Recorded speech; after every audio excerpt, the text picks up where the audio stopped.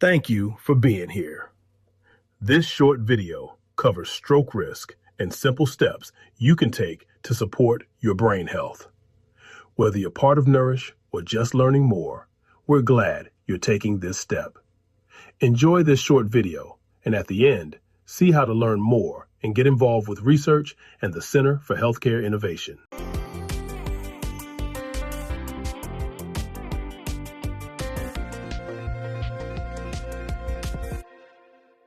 One of the areas that you saw clinically, and one of the areas I saw in the community, constantly people were saying, okay, how do we prevent a stroke? What should I be doing from physical exercise and diet? And then even if I've had a stroke, what should I be eating?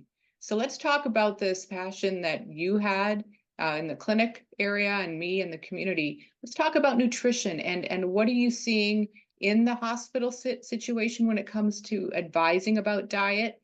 And what are your hopes for Nourish for taking it out back home when people are at home recovering?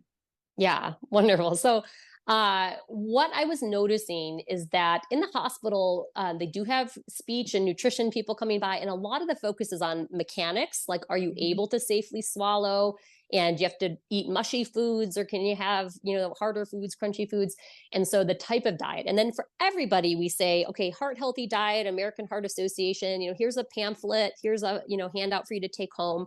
Okay, and eat healthy, right? And it sounds intuitive because everybody eats and everybody shops for groceries, but it's actually not that simple. It's a question that I was getting a lot in clinic. So people would go home from the hospital and they come back to see me in the clinic, and they'd say, what should I be eating? And it's just something that it's part of everyone's everyday life. How do you get the right foods, the right mix of foods to support your brain health and protect things? And the other thing that was coming up a lot in the clinic is even if someone did really well, quote unquote, by our studies, they were walking and talking and they weren't paralyzed, they were back home, maybe they were done with therapy, and but they would notice that they had some fogginess or maybe some memory issues. And sometimes as the months or even years went on, these patients were complaining of pretty major cognitive deficits, and your chance of developing dementia after a stroke is double that of somebody who has not had a stroke. So we started to look at the role that nutrition could play in protecting brain health.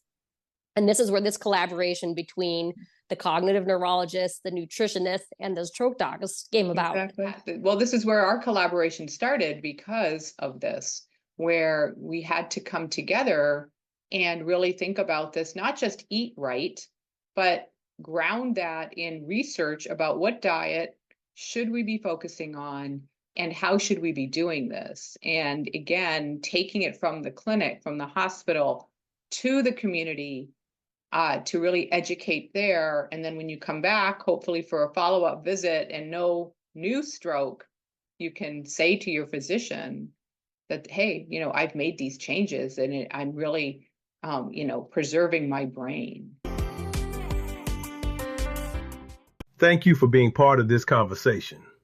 Through the NOURISH Study at Rush University Medical Center and our partnership with the Center for Healthcare Innovation, we're exploring how nutrition and food access impact brain health and stroke outcomes. Learn more about the Connecting the Dots series at chisite.org.